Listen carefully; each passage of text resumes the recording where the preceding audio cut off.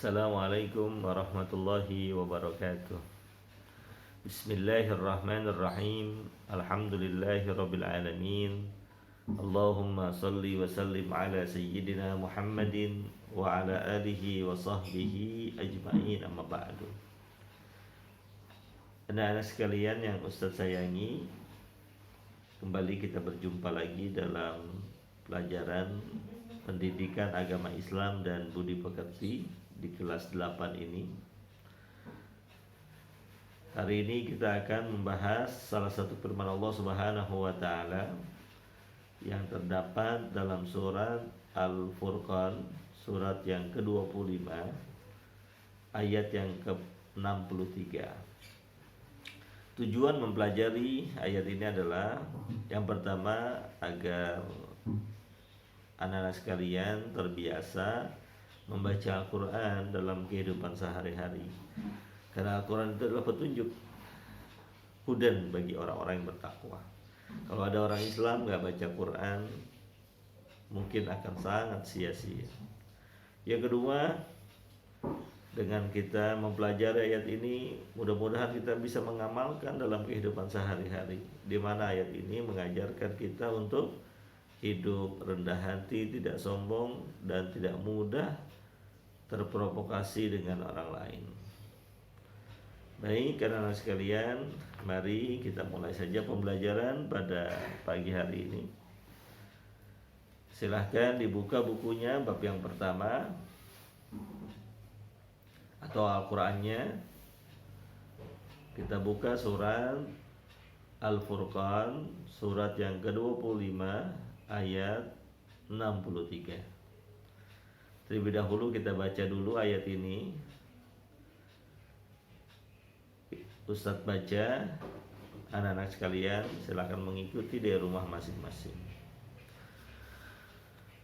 A'udzu billahi minasy syaithanir rajim.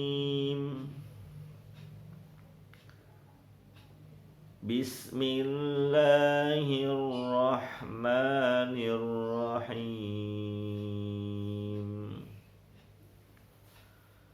Wa ibadur rahmanil ladzina yamshuna 'alal ardi hauna wa idza khatabahumul jahiluna qalu salama. Shadaqallahul azim. Silahkan kita lihat artinya, terjemah dari ayat ini. Wa ibadur rahman, dan hamba-hamba Allah yang maha penyayang. Salah satu cirinya adalah alladzina yamshuna 'alal ardi hauna. Apabila berjalan di atas bumi ini, mereka berjalan dengan rendah hati. Wa idza khatabahumul jahiluna, dan apabila ada orang-orang bodoh yang mencaci maki mereka, qalu salama. Justru ibadur rahman tadi, hamba-hamba Allah yang penyayang tadi, mendoakan orang yang mencaci makinya. Ini sebuah ayat yang luar biasa. Ada 2 poin dalam ayat ini yang kita bisa pelajari, yang kita bisa renungi, dan bahkan kita amalkan dalam kehidupan sehari-hari.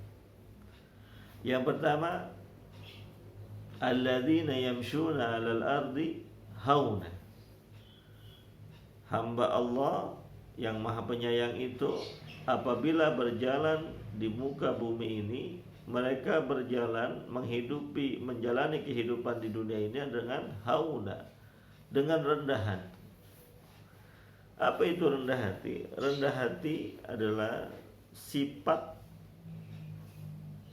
yang sungguh mulia, lawan kata dari sombong. Maka orang yang rendah hati tidak akan sombong. Sebaliknya, orang yang sombong pasti tidak rendah hati. Islam tidak menyukai kesombongan. Islam tidak menyukai sifat tinggi hati. Karena sombong itu adalah sifatnya Allah Subhanahu wa taala. Yang pantas sombong, yang boleh sombong hanya Allah. Kita manusia sehebat apapun tidak boleh sombong. Kenapa? Karena segala sesuatu yang kita miliki itu hanyalah titipan. Contoh,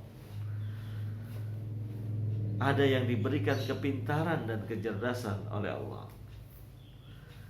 Ada yang diberikan kekayaan oleh Allah Subhanahu wa taala. Ada yang dititipkan ketampanan dan kegantengan oleh Allah Subhanahu wa taala.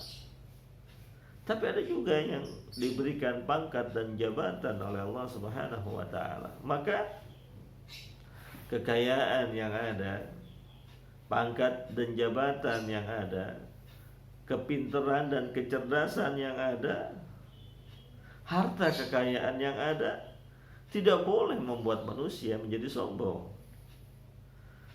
Justru jadikan amanah tadi, kekayaan, kecerdasan, kegantengan, pangkat dan jabatan untuk mendekatkan diri kepada Allah Subhanahu wa taala. Jangan justru membuat kita sombong. Karena kekayaan yang kita punya itu titipan. Ketika kita meninggal dunia, kekayaan tidak ada yang dibawa. Pangkat dan jabatan juga tidak akan dibawa. Kepintaran, kegantengan, kecantikan itu sifatnya juga sebentar.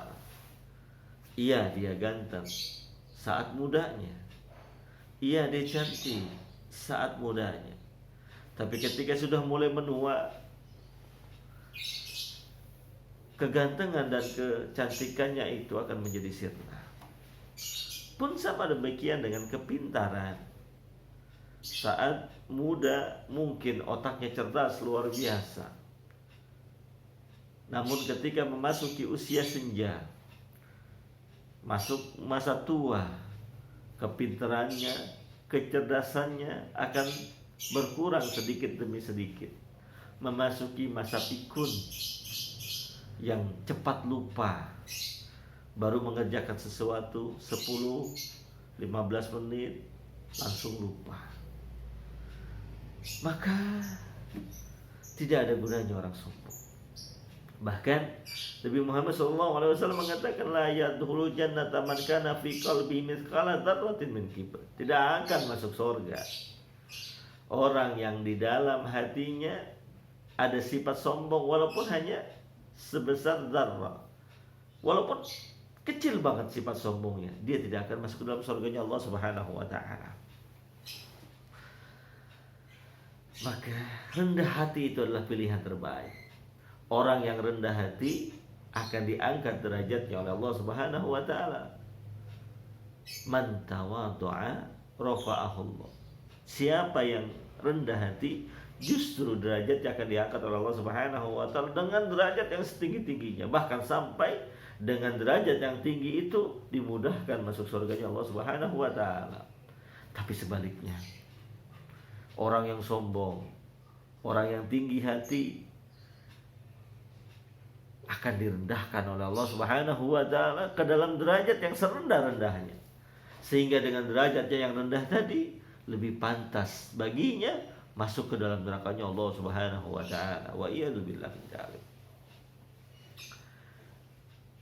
Ayat tadi juga mengajarkan pada poin yang kedua, wa idza khatabahumul jahiluna qalu salama. Apabila ada orang-orang bodoh yang mencaci makinya, yang menghinanya, yang merendahkan derajatnya, maka hamba Allah yang Maha Penyayang itu sifatnya begitu mulia, tidak membalas hinaan dengan hinaan, tidak membalas cacian dengan cacian, tapi justru dia doakan orang yang menghinanya, dia doakan orang yang mencaci makinya dengan keselamatan. Ini poin yang sangat luar biasa, bagaimana Islam mengajarkan keburukan balaslah dengan kebaikan. Karena kalau ada keburukan dibalas juga dengan keburukan, sama saja dia balas dendam. Dalam kehidupan di dunia ini akan banyak orang-orang yang tidak suka terhadap diri kita. Karena faktor ketidaksukaannya, dia caci maki kita, dia hina kita, dia rendahkan kita. Maka ketika menghadapi situasi yang seperti ini, abaikan, jangan hiraukan, biarkan saja. Justru kita doakan mereka, semoga orang-orang yang mencaci maki, semoga orang-orang yang menghina, semoga orang-orang yang merendahkan kita, Allah berikan kesadaran, Allah ampuni segala dosa dan kesalahannya.